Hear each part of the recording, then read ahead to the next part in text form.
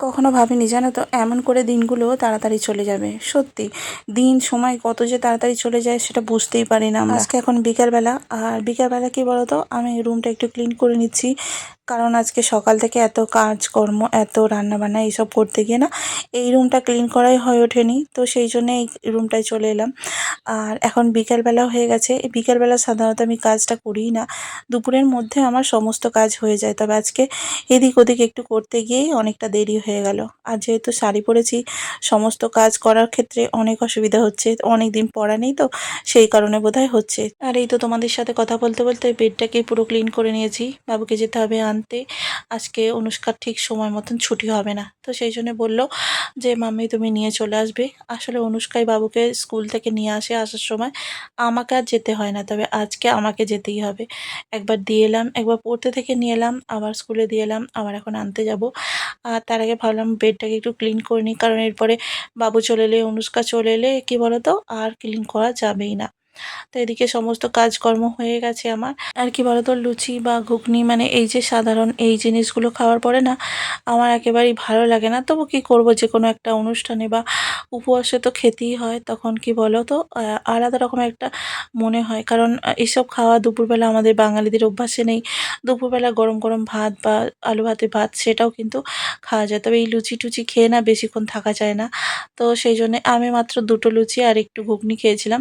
আর তারপরেই কিন্তু আমি এই সমস্ত কাজকর্ম করছি আর কি।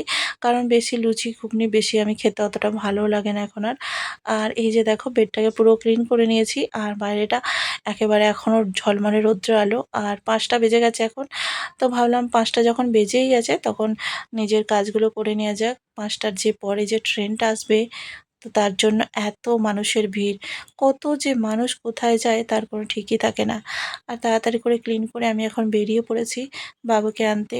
আর তোমরা তো জানোই এই রাস্তাটা এতটা সুন্দর, এতটা পরিষ্কার যে কি বলবো। এই সোসাইটিটাও খুব পরিষ্কার। আমাদের ওখানে ঘরের সামনেটাও যে আছে না, সেখানটাও কিন্তু অনেক পরিষ্কার। পরিষ্কার পরিচ্ছন্ন রাখাও কিন্তু খুব ভালো। এটা একটা ভালো অভ্যাস। আর আমাদের এই সোসাইটিটা আরও বেশিই যেন পরিষ্কার। আর এদিকে অধিরাজ দেখো ছুটি হওয়ার পরে দেখতেই পাচ্ছ কত আনন্দ করছে।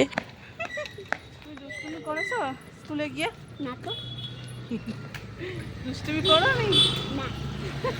এদিকে দুষ্টুমি করো নি তো? না না। তুমি গুড বয় হয়েছিলে? হ্যাঁ।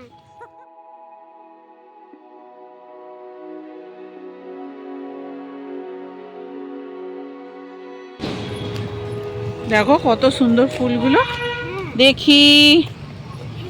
ইয়ে এত সুন্দর ফুল। এই তো ওকে নিয়ে বাড়ি চলে এলাম। আর বাইরে অনেক জামা কাপড় দিয়েছি, আজকে অনেক কটা কেচেছিলাম। যাওয়ার সময় কিছু খানিকটা তুলে রেখে গিয়েছিলাম, কারণ ভয় পাচ্ছিল যে বৃষ্টি এসে যাবে কিনা, তাই ঘরে দিয়ে গেছি। আর এই যে আমি চলে এসেছি, আর ভীষণ ক্লান্ত হয়ে গেছি। আর আজকের ভিডিওটা বন্ধুরা এখানেই শেষ করছি। সকলে খুব ভালো থেকো, দেখা হবে পরের ব্লগে।